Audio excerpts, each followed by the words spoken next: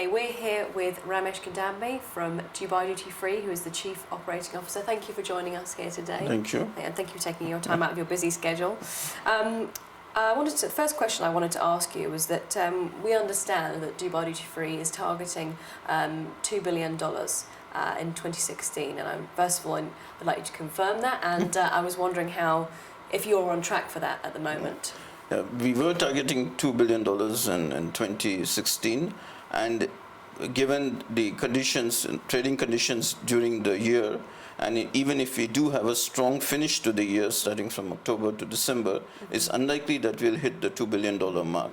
And our own view is that we'll probably be shy of the mark by about 3.5% or 4% this year, and which we think is a good performance in light of the difficulties that the region has seen, the difficulties that the travel industry has seen, and in relation to the overall growth in the business, as we heard during the conference earlier. And we think that the industry might finish flat or close to flat during the course of 2016, and we might be lower than what we would have wanted by about 3.5 to 4 percentage points. Okay. I guess by having that result, you may or may not hold on to the title as the #1 duty-free location. But is that important to you, or is this something that is nice if it happens, but it's not your main priority?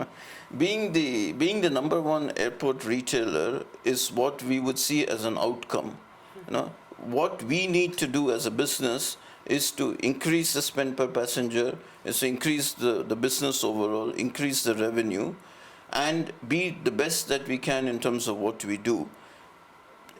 Sometime in the middle of next year or the third quarter of next year, when Generation Publications finishes compiling the results, we'll see what it is. Generally, we are plus or minus about $50 million with Incheon Airport, which competes with us for the #1 title. But I would definitely see that not as something to target, but what we should be targeting really is doing the best we can with the airport that we have. And as you alluded to there, it's been well documented that the company has suffered from a decline in Russian pax and also currency devaluations. Are you still feeling the pain here, or are you seeing a light at the end of the tunnel? We are definitely continuing to feel the pain with the weakness in the emerging market currencies, which you can start all the way from Brazilian real to the New Zealand dollar, and sort of cover the whole globe in terms of the growing economies, plus the weakness in the euro, plus the weakness with the Chinese currency. So the dollar strength, which is obviously the cause of all of this, has continued pretty much for this year, and exacerbated by Brexit and the weakness in sterling. And Dubai, London, for us, for example, is a top city pair, for Dubai Airport.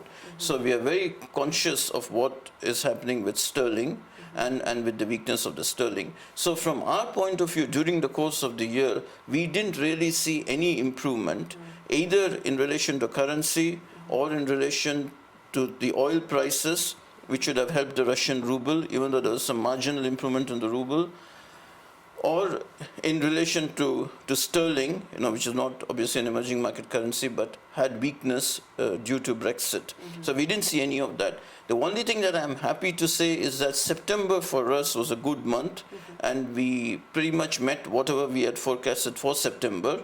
And we hope that it is a harbinger of better things to come in October, November, December, and that we can finish the year in a strong fashion and maybe claw back some of the 3.5, 3.75% decline that we think we will see this year for the whole of 2016. Sure. And how do your brand and supplier partners fit in with that? Because I understand that it's been difficult because they haven't perhaps been as collaborative in their partnerships with you as they could have been. That's probably a polite way of putting it, huh?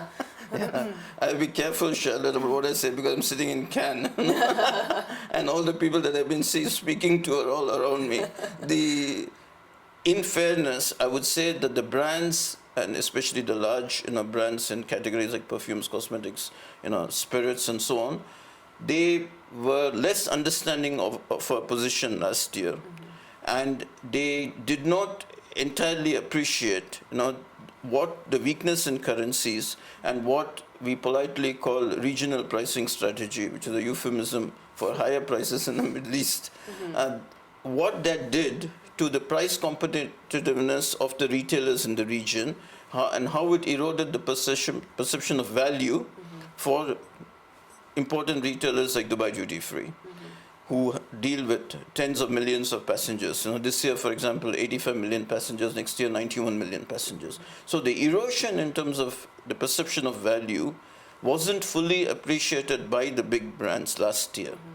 What I'm pleased to say is that during the course of my meetings this year in Cannes and in the meetings that preceded the meetings here, there is a much better appreciation of it, and there's a much better willingness on top of the in relation to the brands to improve the price competitiveness, because we believe that if we offer value, if we are competitive, the business will grow, and if the business grows, it benefits everyone. So we don't look at it as an antagonistic relationship with the brands, but sometimes, and especially with the larger houses, the amount of time it takes them to understand something and for it to filter through the organization and to have a measurable outcome at the end is very long. So it was a frustrating 2015, a frustrating first half of 2016, but I think better conversations as we come to the end of 2016. Okay. And part of the growth and the development of the company obviously involves e-commerce. Yeah. And I know that you have some strong opinions on the quality of e-commerce sites in airport retail. Can you highlight what you think are the main problems with this side of the business today and how retailers need to sort of step up in this direction? I think the issue with the online business or with e-commerce is that all the major retailers and all the top retailers and the top players in the business, they are all singing the same song, in the sense that they're all saying that the e-commerce is very important, the online business is very important, the threat from companies like Amazon is real, and they say the right words.